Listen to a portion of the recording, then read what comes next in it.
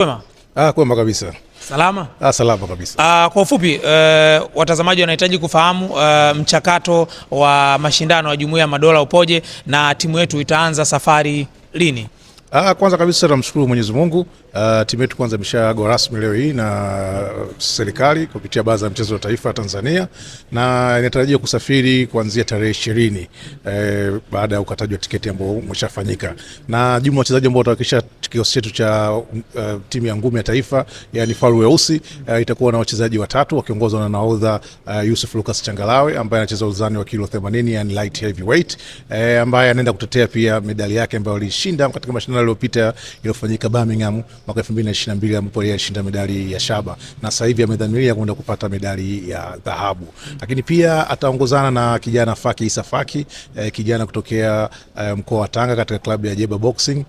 Kumbuke pia huyu ni Mzanzibari kutokea Pemba kule, naye ataenda kushiriki katika uzani wa kilo 55, yani bantamweight, na hii ni mashindano yake ya tatu ya kimataifa. Ikumbukwe mashindano ya ubingwa wa dunia yaliyofanyika Dubai, alienda kupambana na kufika mpaka hatua 16 bora na kuvunja rekodi ambayo ilikuwa imewekwa na Emmanuel Mnundwa takriban zaidi ya miaka karibia 49-50, na ana matumaini makubwa sana kuweza kuwakilisha taifa lake na kuweza kushinda medali katika michezo hii ya Jumuiya ya Madola. Lakini watatu ni mwanamke ambaye kwa mara ya kwanza tumeweza kuweka historia kuwa mwanamke wa kwanza kwenda kushiriki michezo ya Jumuiya ya Madola kwa upande wa wanawake katika mchezo wa ngumi, ambaye anaitwa Zawadi Amos Kutaka, ambaye yeye anacheza uzani wa kilo 57, yani featherweight, na yeye ana matarajio makubwa sana kufanya vizuri, ukiacha kuwa ni mwanamke kwanza kushiriki mashindano ya ngumi katika Jumuiya ya Madola, lakini pia anataka kuletea medali ya kwanza kwa upande wa wanawake katika mchezo huu wa ngumi katika michezo hii ya Jumuiya ya Madola iliyofanyika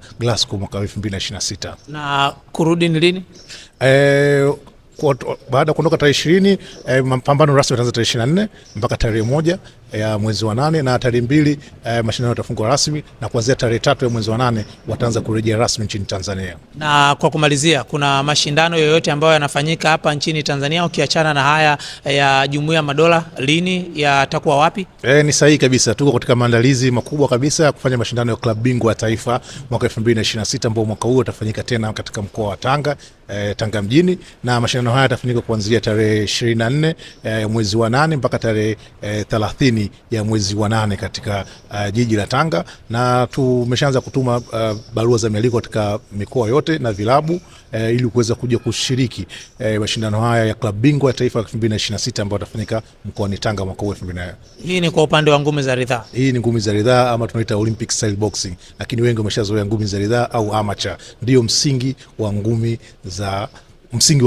katika mfumo mzima wa mchezo wetu wa ngumi. Unaanza na ridhaa ambao ni amateur. Baada ya kupata msingi thabiti, basi ndio unaweza kuingia kwenye professional, ambao professional tunasema ni biashara. Kule unaenda kujiajiri na kuweza kufanya biashara kubwa zaidi ya kuweza kupata kipato kikubwa katika career ya mchezaji husika.